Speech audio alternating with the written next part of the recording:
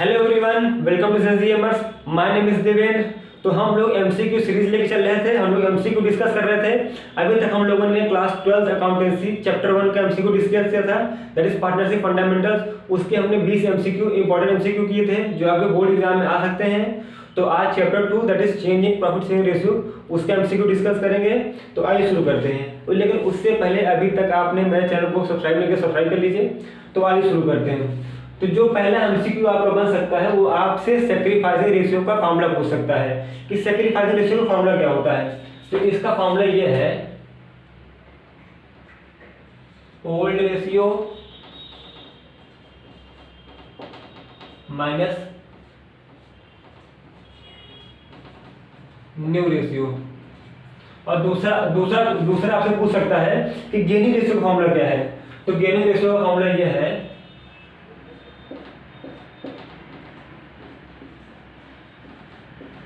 New ratio minus old ratio. अब इसको हम लोग याद कैसे करें कि ओल्ड रेशियो पहले कहां लिखेंगे, न्यू रेशियो का बाद में कहां लिखेंगे।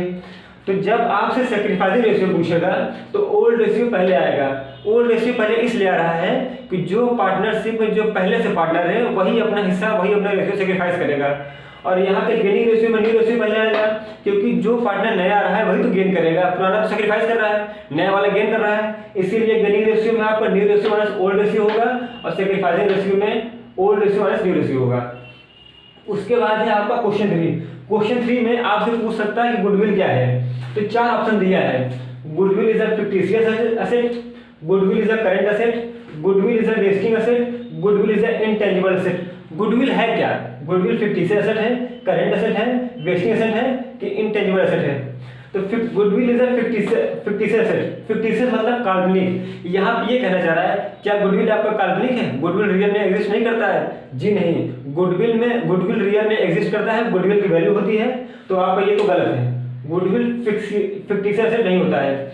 उसके बाद है goodwill is a current asset. क्या गुडविल करंट एसेट है? जी नहीं। करंट एसेट मतलब जिसको हम 1 साल के अंदर पैसे में कन्वर्ट कर सके उसको हम लोग बोलते हैं करंट एसेट। लेकिन गुडविल की वैल्यू हम लोग 1 साल में नहीं निकाल सकते हैं, 1 साल में गुडविल को मेजर नहीं कर सकता है।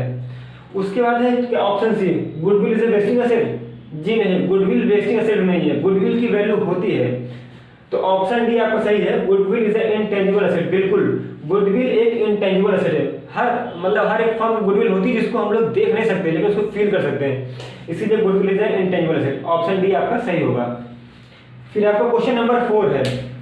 क्वेश्चन नंबर 4 आपका क्या कह रहा है? The excess amount which the firm can get on selling it's asset over and above the saleable value of its asset is called. ये आपको क्वेश्चन सीपीटी में पूछा गया था। ये आपको सीपीटी का क्वेश्चन है, बहुत इंपॉर्टेंट क्वेश्चन है, ध्यान से देखिएगा, क्या पता आपको बोर्ड एग्जाम में आ जाए। तो यहाँ पे ये कहना चाह रहा है the excess amount which the firm can get on selling it's asset over and above the saleable value. Suppose करिए, यहाँ पे ये कह रहा है कि सपोज करिए आपके एसेट की वैल्यू है 10 लाख, रियल वैल्यू है 10 लाख, लेकिन आपको उसके बदले मिल रहा है 12 लाख। तो वो 2 लाख जो आपको एक्स्ट्रा मिला उसको आप क्या बोलेंगे? उसको हम लोग बोलेंगे गुडविल, वो आपकी गुडविल कहलाएगी। ठीक है, अभी तक हम लोगों ने 4 क्वेश्चन देखा है। अब क्वेश्चन नंबर 5। क्वेश्चन नंबर 5 क्या है? when goodwill is not purchased, goodwill account can, option A है never be raised in the books, be raised in the books, be partially raised in the books, option B है be raised as per the agreements of the partners। तो यहाँ पर question number क्या कह रहा है कि when goodwill is not purchased, goodwill account can। जैसे हम लोग अगर गुडविल परचेज नहीं करते हैं, मतलब जब हम लोग किसी का बिजनेस परचेज कर रहे हैं तो हम लोग उसके बदले में उसको पैसे देते हैं, तो हम लोग उसको कहते हैं परचेज गुडविल। यहाँ पे बात कर रहा है सेल्फ जनरेटेड गुडविल की बात कर रहा है, हम लोग जो खुद से मेहनत करके गुडविल बनाए हैं उसके बारे में बात कर रहा है। तो when goodwill is not purchase मतलब परचेज गुडविल नहीं है, सेल्फ जनरेटेड गुडविल है। तो गुडविल अकाउंट क्या हम लोग गुडविल अकाउंट को बुक्स ऑफ अकाउंट में शो कर सकते हैं? तो ऑप्शन ए है never be raised in the books. क्या हम लोग गुडविल को बुक्स में नहीं शो करते हैं? ऑप्शन बी है be raised in the books. क्या हम लोग गुडविल अकाउंट को बुक्स ऑफ अकाउंट में दिखाते हैं? ऑप्शन सी है be partially raised in the books. क्या हम लोग पार्शियली गुडविल अकाउंट को दिखाते हैं? ऑप्शन डी है be raised as per the agreement of the partner. क्या अगर हम लोग एग्रीमेंट में लिखे रहेंगे, एग्रीमेंट में अगर हम लोग लिखा है कि जो हम लोग गुडविल खुद से कमाएंगे क्या उसको हम लोग बुक्स में दिखाएंगे? तो इसका आंसर आपका सही होगा, answer A never be raised in the books. अगर गुडविल परचेज है तभी बुक्स ऑफ अकाउंट हम लोग शो करेंगे, अगर गुडविल सेल्फ जनरेटेड है तो हम लोग बुक्स ऑफ अकाउंट शो नहीं करेंगे। ठीक है, फिर उसके बाद है क्वेश्चन 6। क्वेश्चन 6 है आपका weighted average profit method of calculating goodwill is used when. Option A है profits are not equal, option B profits show a trend, option C profits are fluctuating, option D none of the above.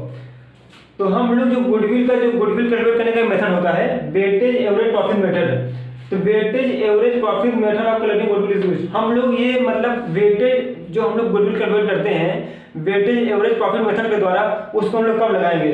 उसको हम लोग लगाएंगे जब profit show trend, जब profit कोई trend दिखा रहा हो। जैसे 2011 मान लीजिए सपोज करिए 2011 प्रॉफिट 43,000 है, 2012 की 50,000 है, 2013 की 55,000 है, 2014 की 59,000 है, 100 दिखा रहे हैं, बढ़ते हुए क्रम में जा रही है। ऐसे सपोज करिए 2011 की प्रॉफिट आपकी 42,000 है, 2012 की प्रॉफिट आपकी 45,000 है, तो एक ट्रेंड दिखा रहा है कि मतलब बढ़ती हुई जा रही है, तभी हम लोग लगाते हैं वेटेज एवरेज प्रॉफिट मेथड। तो इसका ऑप्शन बी सही होगा, प्रॉफिट शो ट्रेंड, तभी हम लोग ये लगाएंगे वेटेज एवरेज प्रॉफिट मेथड। उसके बाद है क्वेश्चन 7 आपका। क्वेश्चन 7 आपका है any change in the relationship of existing partners which result in an end of the existing agreement and enforces making of a new agreement is called. तो any change in the relationship of existing partners which result in an end of the existing agreement and enforces making of a new agreement is called। Suppose करिए ये question यहाँ ये कह रहा है कि हम 3 लोग पार्टनर हैं, कोई चौथा पार्टनर आ रहा है, तो जो हम लोग एग्रीमेंट में चेंज आ रहा है उसको हम लोग क्या बोलेंगे? उसको हम लोग बोलेंगे रिकॉन्स्टिट्यूशन ऑफ द पार्टनरशिप। मैं आपसे लिख रहा हूँ यहाँ पे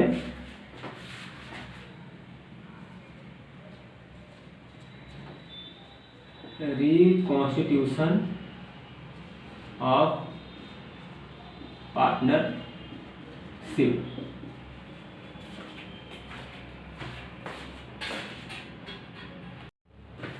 तो अब तक हम लोगों ने 7 क्वेश्चन किया है। अब क्वेश्चन नंबर 8। क्वेश्चन नंबर 8 है आपका under the capitalisation method the formula for calculating the goodwill. हम लोग कैपिटलाइजेशन मेथड में गुडविल कैसे कैलकुलेट करेंगे?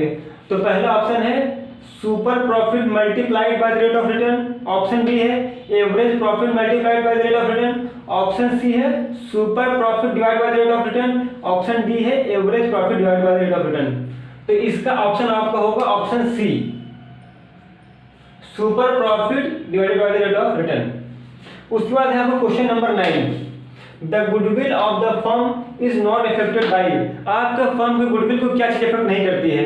ऑप्शन ए है location of the firm, option B है reputation of the firm, option C है better customer service, option D none of the above. तो option A location of the firm, यहाँ ये कह रहा है कि आपके फर्म का लोकेशन क्या है। आपके फर्म एकदम मतलब एकदम पॉज एरिया में है या मेन सिटी मेन चौराहे पे है, तो जाहिर सी बात है आपके फर्म की गुडविल अच्छी होगी, लोग ज्यादा आएंगे तो आपके फर्म की गुडविल बढ़ेगी, कस्टमर बढ़ेंगे। फिर ऑप्शन बी है आपका रेपुटेशन ऑफ द फर्म। आपके फर्म की रेपुटेशन क्या है? कहीं ऐसा नहीं आप मिलावटी गुड्स बेच रहे हैं, तो आपके फर्म की रेपुटेशन भी आपके गुडविल को इफेक्ट करती है। ऑप्शन सी है बेटर कस्टमर सर्विस। आप अपने कस्टमर को किस तरीके की सर्विस दे रहे हैं? क्या मतलब आप उनके एक फोन करने से उनके घर तक आप गुड्स पहुंचा दे रहे हैं? उनको आप किस तरीके से ट्रीट कर रहे हैं? उनको किस तरीके के गुड्स दे रहे हैं? तो जितनी अच्छी आप उनको सर्विस देंगे उतनी आपकी गुडविल बढ़ेगी। फिर ऑप्शन डी है नन ऑफ द अबव। तो इसका आंसर ये होगा, ये भी आपके फर्म के गुडविल को इफेक्ट करती है, लोकेशन ऑफ द फर्म ये भी आपको गुडविल को इफेक्ट करेगा, रेपुटेशन ऑफ द फर्म ये भी आपको गुडविल को इफेक्ट करेगा, बेटर कस्टमर सर्विस ये भी आपको गुडविल को इफेक्ट करेगा। तो ऑप्शन डी आपका होगा करेक्ट, ऑप्शन डी आपका करेक्ट है। उसके बाद है question number 10 which of the following is not true in relation to goodwill. तो इनमें से हम यहाँ 4 ऑप्शन दिए हैं। पहला है it is an intangible asset, दूसरा है it is fictitious asset, it has a reliable value, none of the above. तो इन चारों ऑप्शन में से गुडविल की कौन सी चीज रिप्रेजेंट नहीं करती है? तो पहला ऑप्शन है goodwill is a intangible asset, बिल्कुल गुडविल एसेट है, इंटेंजिबल एसेट है। फिर ऑप्शन सी है आपको reliable value, it has a reliable value, बिल्कुल जब हम लोग अपना बिजनेस बेचेंगे तो हम लोग को कुछ ना कुछ इसकी वैल्यू निकल जाती है। ऑप्शन बी आपका यहाँ पे गलत है, ये आपका सही माना जाएगा। तो it is a fictitious asset, बिल्कुल गुडविल फिक्टिशियस एसेट नहीं है, इसीलिए यहाँ पे ये सही है, क्योंकि यहाँ पे नॉट ट्रू पूछा है, सही नहीं, कौन सा सही नहीं है, तो ये सही नहीं है। गुडविल इंटेंजिबल एसेट है, उसकी रिलायबल वैल्यू होती है, लेकिन फिक्टिशियस एसेट गुडविल नहीं है। तो बस आज के लिए इतना ही। अगर आपके लिए एमसीक्यूज हेल्पफुल है तो मेरे चैनल को सब्सक्राइब कर लीजिएगा आगे आने वाले, ताकि वीडियोस को आपको जल्दी से उसका नोटिफिकेशन मिल जाए। Thank you.